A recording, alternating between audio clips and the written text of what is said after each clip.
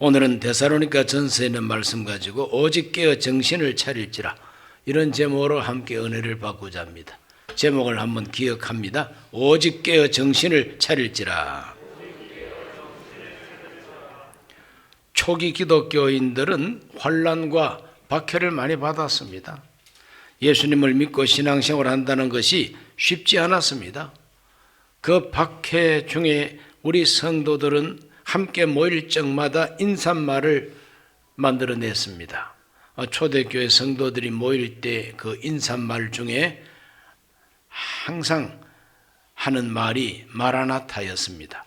마라나타라고 하는 이 말은 아람어인데, 이 아람어 마라나타의 이 뜻은 주께서 임하십니다, 주님께서 임하십니다, 주여 오시옵소서, 이런 기도문도 되고 인사말도 되는 마라나타, 이것이 바로 성도들을 위로하고 격려할 수 있는 인사말이었습니다. 고난과 역경 중에서 순교자도 나오고 여러 가지 고난을 당하고 불이익을 당하는 사람들도 있고, 그 믿음 생활을 하면서도 낙심하지 않고 하나님 앞에 정말 참 용감하게 믿음 생활을 할 수 있는 분도 계셨지만, 이 어려움이 계속 오래 지속되다 보니까 낙심하는 사람도 생기고 또 슬퍼하는 사람도 생기고 두려워하는 사람도 생겨나게 됩니다. 자, 이렇게 성도들 마음이 낙심하고 두려워하고 또 슬퍼할 때에 사도 바울은 그 성도들을 격려하고 위로하고 희망을 주기 위해서 진리를 그들에게 편지로서 보냅니다. 데살로니가 전서 4장 13절과 14절을 읽어봅니다. 형제들아, 자는 자들에 관하여는 너희가 알지 못함을 우리가 원하지 아니하노니 이는 소망 없는 다른 이와 같이 슬퍼하지 않게 하려 함이라. 우리가 예수께서 죽으셨다가 다시 살아나심을 믿을진대 이와 같이 예수 안에서 자는 자들도 하나님이 그와 함께 데리고 오시리라. 데리고 오시리라. 죽은 자를 추모하면서 슬퍼하고, 순교자들이 죽었다고 하는 것을 알고 슬퍼하고, 나도 이제 장차 죽을 것이 아닌가, 이 죽음 후에 대한 불안한 마음, 현실적으로 고난과 역경 속에서 두려워하는 마음. 그러나 바울은 그들에게 말합니다. 하나님이 예수님을 죽은 자 가운데서 부활시킨 그 하나님이 그 예수님과 함께 죽은 자들 다 데리고 오신다고 그들에게 편지 썼습니다. 데리고 오시리라. 그 데리고 온다는 것은 바로 부활에 대한 신앙입니다. 다시 살려서 데리고 오신다는 겁니다. 뿐만 아니라 그 데리고 오시는 그날은 어떤 모습으로 오시는가? 4장 16절로 18절입니다. 주께서 호령과 천사장의 소리와 하나님의 나팔 소리로 친히 하늘로부터 강림하시리니 그리스도 안에서 죽은 자들이 먼저 일어나고 그 후에 우리 살아남은 자들도 그들과 함께 구름 속으로 끌어올려 공중에서 주를 영접하게 하시리니 그리하여 우리가 항상 주와 함께 있으리라. 그러므로 이러한 말로 서로 위로하라 그랬어요. 이것이 바로 마라나타인 것입니다. 주께서 오신다. 오실 때 그냥 오시는 것이 아니라 아주 장엄하게 오신다. 주께서 호령과 천사장의 소리, 하나님의 나팔 소리와 함께 친히 오신다. 땅에 오시기 전에 먼저 저 공중에 재림하신다. 구름 타고 오신다. 그리고 그 구름 위로 믿는 사람들을 다 불러 올리신다. 끌어올리신다. 그곳에서 주님을 영접하게 하신다. 이러한 말로 위로하라 그랬습니다. 그렇게 될 것이기 때문에 이러한 말로 서로 위로하라 그랬습니다. 고난과 역경과 환난 중에 있는 성도들을 위로하기 위해서 위로할 목적으로 만들어내고 꾸며낸 얘기가 아니라 그렇게 될 수밖에 없도록 하나님께서 재림의 계획을 다 세워뒀기 때문에 진리를 말함으로 진리 안에서 마음의 자유함을 얻고 진리 안에서 마음의 위로를 얻도록 이와 같은 편지를 써 보낸 것입니다. 우리 예수님께서는 반드시 다시 오십니다. 우리가 그날 다 부활합니다. 부활의 소망, 이 재림의 소망 가지고 서로 위로하라. 그 위로하는 인사말이 마라나타인 것입니다. 주님이 곧 오십니다. 주님이 임하십니다. 주여 오시옵소서. 우리 예수님께서 다시 오시는 그날이 되면은 우리 믿는 자들에게는 최고의 기쁨과 우리의 모든 소망이 이루어지는 완전한 구원의 날이 예수 재림하시는 날입니다. 그러므로 주께서 다시 오신다고 하는 이 재림은 손꼽아 기다려야 할 날이고 우리의 소망이 완성되는 날입니다. 반드시 오고야 맙니다. 믿어지십니까? 죽어도 오고 마는 내일이라고 하는 말이 있죠. 죽어도 오고 마는 내일이라. 내가 죽어도 온다는 겁니다. 내 죽는다고 내일이 없습니까? 온 인류가 투표해가지고 내일은 오지마 한다고 해서 내일이 안 옵니까? 죽어도 오고 마는 내일. 바로 그 의미로 죽어도 반드시 오고 마는 예수님의 재림이 있습니다. 그것이 하나님의 계획표 안에 계획이 되어 있다고 해요. 우리 예수님은 반드시 다시 오십니다. 주 예수가 오시는 그 재림의 날, 그날은 아주 은밀하게 갑자기 온다고 성경은 말합니다. 바울은 이렇게 편지했습니다. 데살로니가전서 5장 2절과 3절 주의 날이 밤에 도둑같이 이를 줄을 너희 자신이 자세히 알기 때문이라. 그들이 평안하다 안전하다 할 그때에 임신한 여자에게 해산의 고통이 이름과 같이 멸망이 갑자기 그들에게 이르리니 결코 피하지 못하리라. 우리 예수님이 오시는 그날은 멸망의 날입니다. 누구를 멸망시키느냐? 그들이라 그랬어요. 그들이 평안하다 안전하다 할 그때에 갑자기 멸망이 온다. 피할 수가 없다 그랬어요. 그들은 누구냐? 믿는 자들이 아니라 불신자들. 많은 세상 사람들이 이제는 안전하다, 이제는 평안하다, 그럴 때에 갑자기 예수 그리스도가 재림함으로 그들에게 멸망이 다가온다고 가르쳐줍니다. 왜 멸망을 피할 수밖에 없다고 하느냐? 그것은 구원받은 사람들이 아니기 때문에 하나님은 그들을 심판한다는 의미죠. 데살로니가 후서 1장 6절로 9절을 읽습니다. 너희로 환난을 받게 하는 자들에게는 환난으로 갚으시고 환난을 받는 너희에게는 우리와 함께 안식으로 갚으시는 것이 하나님의 공이시니 주 예수께서 자기 능력의 천사들과 함께 하늘로부터 불꽃 가운데 나타나실 때에 하나님을 모르는 자들과 우리 주 예수의 복음에 복종하지 않는 자들에게 형벌을 내리시리니 이런 자들은 주의 얼굴과 그 힘의 영광을 떠나 영원한 멸망의 형벌을 받으리라 그랬어요. 믿지 않는 자들, 하나님을 모르는 자들, 예수님의 복음을 복종하지 않는 자들, 교회를 박해하고 믿는 사람들에게 고난을 가져오고 환난을 가져오는 그들에게 우리 예수님께서도 환난을 그들에게 준다는 거죠. 대환난을 그들에게 준다는 겁니다. 심은 대로 거두어 봐. 너희들이 내 교회를, 내 백성을 괴롭히고 내 백성들에게 환난을 주었으니 너희도 한번 환난 당해봐. 그 환난을 가리켜서 대환난이라고 말합니다. 대환난이 종말에 임한다는 겁니다. 그리고 예수님께서 지상에 재림하면 그들은 모두가 다 영원한 멸망의 형벌을 받는다 그랬어요. 영원한 멸망의 형벌. 그것을 요한계시록에서는 불과 유황으로 타는 못에 던져진다 이렇게 표현하고 있어요. 불과 유황으로 타는 못에 던져버린다. 예수님께서는 지옥불이라고 말씀하셨어요. 그러므로 지옥불이 기다리고 있습니다. 불과 유황으로 타는 못이 예비되어 있습니다. 그 못에 던져지기 전까지는 대환난을 당하게 되어 있어요. 이러므로 종말이 이루어지는 것이 예수 그리스도의 재림이라는 거죠. 믿는 우리에게는 안식이요, 영원한 안식이요. 그러나 불신자들, 복종하지 않는 자들, 교회를 박해하고 환난을 가져온 자들은 자기들도 환난당하고 결국은 불 속으로 집어 던짐을 받는다고 하는 이 종말론이 기독교 종말론인 것입니다. 오늘 우리 모두는 이와 같은 멸망이 다가온다고 하는 걸 의심 없이 믿어야 되는 것입니다. 우리가 사는 이 시대, 저는 이 시대를 살면서 느낍니다. 드디어 대환란 시대가 열리겠구나. 적그리스도가 통치하는 세계 정부가 이제는 드디어 명실공히 이 땅 위에 서게 되겠구나. 그런 걸 느낍니다. 우리 예수님께서는 종말 현상 가운데서 앞으로 배교자가 나온다. 예수 믿다가 배교자가 나온다.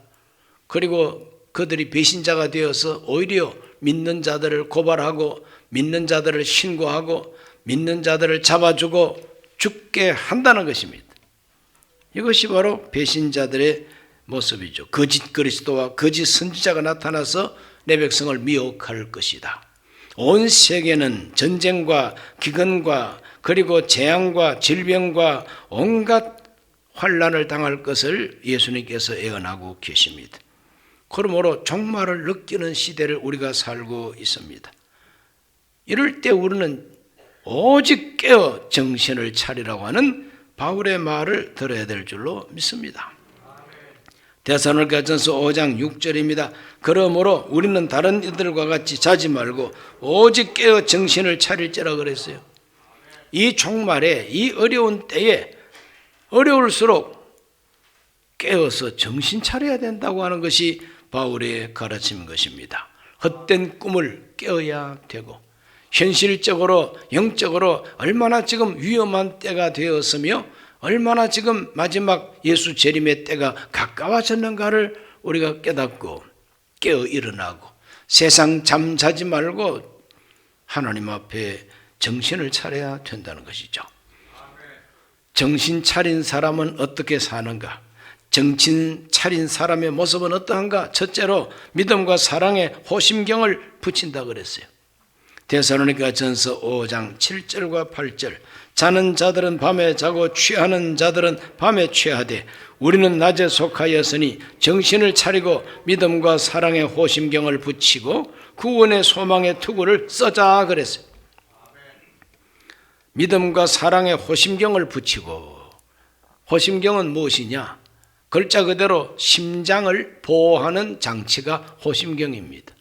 이 호심경에 대해서 확실히 알기 위해서 쉽게 여러분에게 예를 들어 말씀드리자면, 경찰들이 흉악범을 체포하러 가고 총격전이 벌어질 것을 예상하면 방탄조끼 입고 갑니다. 그래서 혹시 조직폭력배들이 총을 쏘더라도 내가 그 총에 죽지 않기 위해서 보호하는 그 조끼가 방탄조끼예요. 그리고 방탄복 입고 가면 총알을 맞아도 총알이 뚫지를 못해. 옛날 로마 시대에 군인들은 흉배, 즉 호심경을 붙입니다.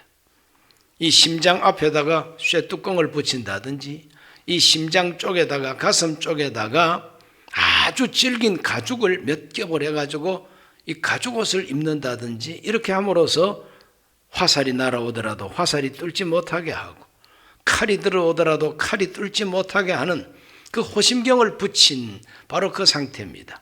오늘 저와 여러분도 심장보호 방탄조끼 입으시기를 바랍니다. 그 실제로 방탄조끼 입겠다고 나가서 방탄조끼 파는 데를 찾지 마세요. 오늘 여기는 믿음과 사랑의 호심경이라고 그랬어요. 믿음과 사랑의 호심경이라고 그랬어요. 그러면 이 심장을 보호하는 이 호심경인데 심장이 의미하는 것은 뭐냐? 우리 마음을 의미합니다. 아이들한테 마음 어디 있니? 하고 물어보세요. 다 이렇게 하면서 마음 여기 있다고 그렇게 대답할 거예요. 우리 마음. 양심은 어디 있니? 그럴 때 양심이 여기 있다 그러면 양심이 있는 장소를 짚어봐. 그럴 때 머리에다가 내 양심 여기 있어요. 내 양심은 여기 있어. 이런 사람 없어요.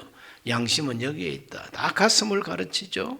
그러므로 우리 마음과 양심과 열정과 용기 이런 것들은 다 우리의 가슴입니다.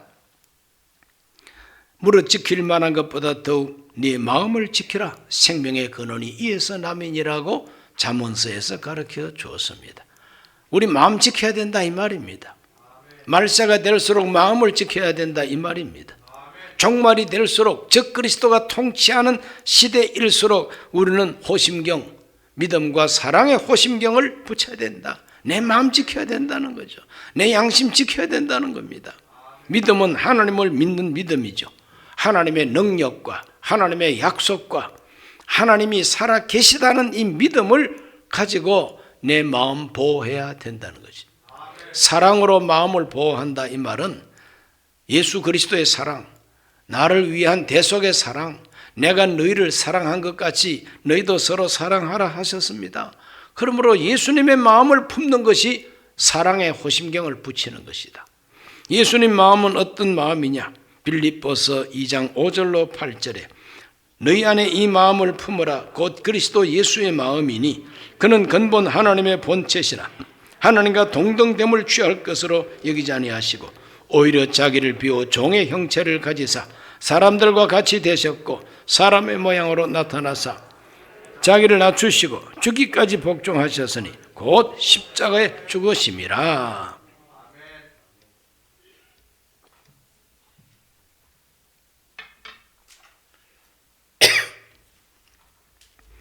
예수님의 마음은 십자가에 죽기까지 복종하신 마음이고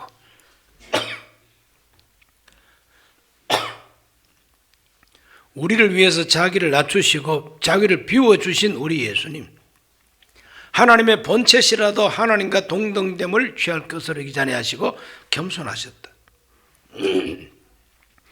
이와 같이 예수님 마음을 품으면 바로 그것이 믿음과 사랑의 호심경을 붙이는 것이라고 성경은 우리에게 가르쳐주고 있습니다. 방탄조끼 구하러 다닐 것 없고 로마 군병처럼 가죽이나 쇠를 이 가슴에 붙일 필요는 없습니다. 믿음과 사랑의 호심경을 붙이라. 영적인 것이죠. 오늘 우리 모두가 하나님 앞에서 믿음과 그리고 사랑으로 마음을 지키고 양심을 지키고 하나님을 사랑하는 열정을 지키고 의를 따라 살겠다고 하는 용기를 우리는 지킬 수 있어야 되겠다는 거죠. 비겁해지지 말고 용감하게 살 수 있어야 됩니다. 믿음과 사랑에 호심경을 붙인 정신 차린 사람들이 되시기를 주의 이름으로 축원합니다. 두 번째로는 구원의 소망을 투구로 씁니다. 구원의 소망을 투구로 써요. 이 투구가 무엇이냐? 그건 바로 머리를 보호하는 장치죠. 이것을 쉽게 해석하면은 전투 모자. 군대 가서 총알이 날아드는 최전방에서는 철모를 씁니다. 그 철모가 굉장하게 강하지요. 총알이 날아오더라도 총알이 튕겨나갑니다. 그만큼 철모는 강하죠. 투구가 바로 그겁니다. 적들이 칼을 가지고 내리치면 내 머리를 쳤을 때 투구가 튼튼하면은 투구가 깨지지 않습니다. 오늘 우리는 머리를 보호할 수 있어야 됩니다. 머리가 무엇입니까? 머리는 생각을 관장하지요.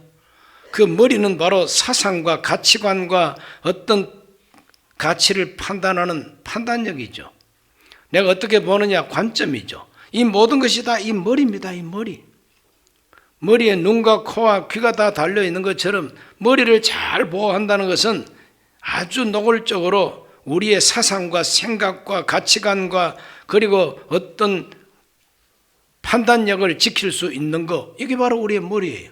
이 머리를 보호해야 된다는 거예요. 기독교적 가치관, 성경적 가치관, 예수님이 생각한 것처럼 나도 생각하고 하나님이 말씀한 것처럼 나도 그 말씀을 받아들이고 그 말씀 가지고 역사를 판단하고 말씀을 가지고 시대를 판단하는 이와 같은 생각과 사상이 보호가 돼야 된다는 거예요. 그걸 보호하기 위해서는 믿음과 소망을 가지고 우리 하나님이 우리를 구원하신다는 구원의 소망을 투구처럼 써야 된다는 거죠. 데살로니가전서 5장 9절로 10절 말씀을 다 같이 한번 읽어보겠습니다. 하나님이 우리를 세우심은 노하심에 이르게 하심이 아니요 오직 우리 주 예수 그리스도로 말미암아 구원을 받게 하심이라. 예수께서 우리를 위하여 죽으사 우리로 하여금 깨어있든지 자든지 자기와 함께 살게 하려 하셨느니라. 구원의 소망을 투구로 쓴다는 것은 하나님이 나를 구원하신다는 소망인 것입니다. 하나님이 나를 세우고 하나님 나를 불러주신 것은 나를 죽이기 위해서가 아니라는 겁니다. 나를 망하게 하기 위해서가 아니라는 겁니다. 하나님이 나를 세우시고 나를 불러주신 것은 진노하심에 이르게 함이 아니로 노하심에 도달하기 위해서 심판하기 위해서가 아니라 나를 구원하려고 나를 불러주셨다는 거죠. 하나님이 나를 오늘도 교회로 불러주신 것은 나를 구원하기 위하여. 하나님은 나를 불어주시고 세워주시는 하나님의 목적은 구원이라는 겁니다. 구원. 그러므로 언제나 긍정적인 생각과 긍정적인 그 마음을 가지고 하나님은 나를 구원하시는 하나님이다. 예수님께서는 자나 깨나 나와 함께 하신다 그랬어요. 자든지 깨든지 먹든지 마시든지 예수님이 항상 나와 함께 하시기를 원하신다. 왜? 왜 함께 하려고 그럽니까? 나한테 뭘 얻어 드시려고 나와 함께 하려고 그럽니까? 뭘 뜯어 드시려고? 나한테 뭐 뜯어 드실 게 아무것도 없어요. 나를 보호하려고, 나를 지켜주려고 나와 함께 하시겠다. 볼지어다 세상 끝날까지 내가 너희와 항상 함께 있으리라. 그분이 예수님이세요. 그러므로 나를 불러주시는 것도 구원을 위하여, 나와 함께 하시는 것도 나를 지켜주고 보호하기 위하여. 그것을 확실하게 믿는 것이 바로 구원의 소망을 투구로 쓰는 것이다 하는 것입니다. 구원의 소망을 투구로 쓰시기를 바랍니다. 아무것도 염려하지 말라 그랬어요. 하나님을 믿으니 나를 믿으라 그랬어요. 아무것도 염려하지 말고 감사함으로 하나님께 기도하면 모든 지각에 뛰어난 하나님의 평강이 너희 마음과 생각을 지켜준다 그랬어요. 내 생각 지켜준다 그랬어요. 내 머리를 지켜준다 그랬어요. 기도하면, 감사하면 나를 구원하신다는 소망을 버리지 말고 그것을 투구와 같이 쓰면 주님께서 생각 지켜 주십니다. 무장하시길 바랍니다. 정신 차리게 되시길 바랍니다. 정신 차리지 못한 소방관은 방화복도 다 던져버리고 넥타이 메고 가가지고 불타 죽을 수밖에 없죠. 조폭과 전쟁하러 나가는 경찰관이, 정신을 못 차린 경찰관은 방탄복도 안 입고 그냥 들레들레 갔다가 총 맞아 죽습니다. 정신 차린 사람은 무장하고, 정신 차리면 대비하고, 정신 차린 사람은 싸울 준비를 다 갖춘 사람이라. 오늘 우리 모두는 다 정신 무장해야만 됩니다. 우리 모두는 피차 권면하고 세워주는 사람이 바로 정신 차린 사람이라고 가르쳐 줍니다. 피차 권면하고 세워주라. 데살로니가전서 5장 11절을 다 같이 읽습니다. 그러므로 피차 권면하고 서로 덕 세우기를 너희가 하는 것 같이 하라. 피차 권면하고 그랬어요. 이 권면이라고 하는 것은 위로하는 겁니다. 권면은 언제나 격려하는 것입니다. 권면하는 것은 언제나 응원하는 것입니다. 세워준다는 것은 쓰러지게 하는 것이 아니라 다시 기회를 주고 또 이렇게 주고 또 이렇게 주는 것이 세우는 겁니다. 그러므로 오늘 우리들은 내 가슴도 지켜야 되겠고 내 머리도 지켜야 되겠고 내 지체를 지켜야 된다는 겁니다. 몸된 교회 지체가 성도들입니다. 그러므로 우리 모두는 또 서로 지체가 됐기 때문에 또 다른 지체에게 권면을 하고 격려하고 위로하고 쓰러지면 이렇게 세우고, 이것이 바로 정신 차린 사람의 모습이라고 말해주고 있습니다. 데살로니가 교회 성도들은 사도 바울에게 칭찬받는 교회였습니다. 형제 사랑을 참 잘한다고, 서로 권면하고 세워주는 것은 형제 사랑이죠. 데살로니가전서 4장 9절로 11절에 형제 사랑에 관하여는 너희에게 쓸 것이 없으면 너희들 자신이 하나님의 가르치심을 받아 서로 사랑함이라. 너희가 온 마게도냐 모든 형제에 대하여 과연 이것을 행하도다. 형제들아 권하노니 더욱 그렇게 행하고 또 너희에게 명한 것 같이 조용히 자기 일을 하고 너희 손으로 일하기를 힘써라 그랬어요. 데살로니가 교회 성도들은 형제 사랑에 대하여 배운 대로 형제 사랑을 열심히 합니다. 좁은 의미로 자기 교회 교인들만 사랑하는 것이 아니라 마게도냐 모든 형제에게 대하여 이것을 행하도다 그랬어요. 그러니까 광범위한 크리스찬들, 여러 지역에 있는 크리스찬들도 똑같이 사랑을 실천했던 사람들이 데살로니가 교회 성도들입니다. 기독교 초기에 기독교인들은 한 번도 만난 적이 없다 할지라도 자기가 기독교인인 것을 사인으로 고백합니다. 어떤 사인이냐? 물고기 그림을 이렇게 딱 그리면은 나는 크리스찬입니다 하는 뜻입니다. 그러면 형제 의식을 가지고 보호하고 지키고, 그래서 그 사람들을 먹이고 그 사람들의 필요한 것을 보급하고 잠재워주고 손 대접하기를 힘써라 했습니다. 그러므로 초대교회 성도들은 피차 권면하고 서로 보호하고 세워주기를 힘썼어요. 이와 같은 것이 정신 차린 크리스찬들의 모습이다 하는 것이죠. 정신 못 차린 사람은 형제를 미워합니다. 정신 못 차린 교인들은 자기 교회를 오히려 고발합니다. 우리 예수님께서 말세가 되면 어떤 일이 일어날 것인가를 이렇게 예언했습니다. 마태복음 24장 9절로 13절. 그때 사람들이 너희를 혼란에 넘겨주겠으며 너희를 죽이리니 너희가 내 이름 때문에 모든 민족에게 미움을 받으리라. 그때 많은 사람이 실족하게 되어 서로 잡아주고 서로 미워하겠으며 거짓 선지자가 많이 일어나 많은 사람을 미혹하겠으며 불법이 성함으로 많은 사람의 사랑이 식어지리라. 그러나 끝까지 견디는 자는 구원을 얻으리라. 마음의 사랑이 식어져 버리고 마음의 믿음도 다운돼 버리고, 그래서 많은 사람이 실족한다. 교회를 떠난다, 믿음을 떠난다는 말입니다. 서로 잡아주고 서로 미워한다 그랬어요. 어제까지 같은 교회 성도였는데 공산당 세상이 되다 보니까 빨간 한 장 차고 와가지고 집사님 잡아가고 장로님 잡아가고 담임 목사 넥타이 붙들고 끌고 간다. 이런 일들이 과거에 있었습니다. 지금도 있을 수가 있죠.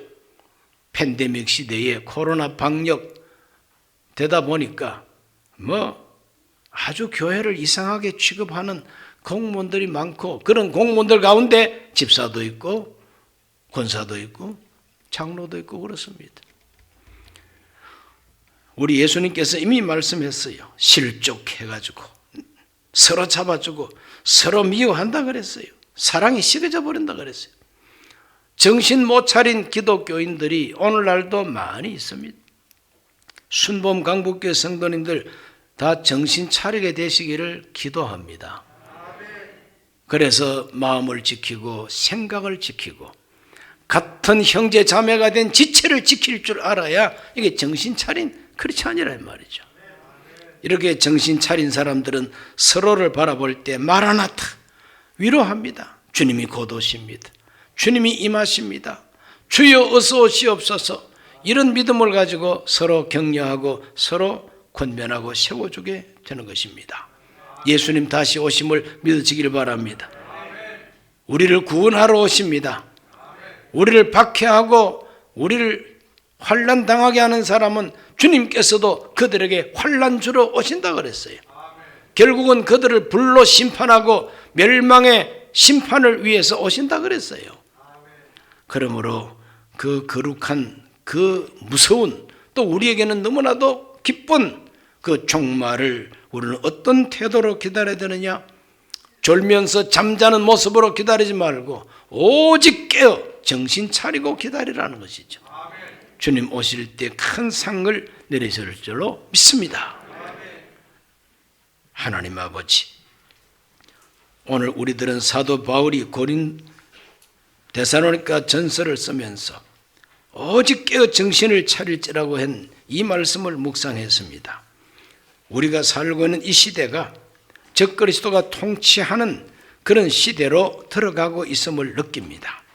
환란이 있습니다. 교회를 어떻게 하든지 악선전하고 선동하고 박해하고자 하는 세력들이 우리 주변에 늘 살피고 있습니다. 이럴 때일수록 깨어 정신을 차리게 하여 주시옵시고 우리의 마음을 보호하고 생각을 보호하고 지체를 보호할 수 있는 하나님의 사람들 되게 해 주옵소서. 예수님 이름으로 기도하옵나이다. 아멘.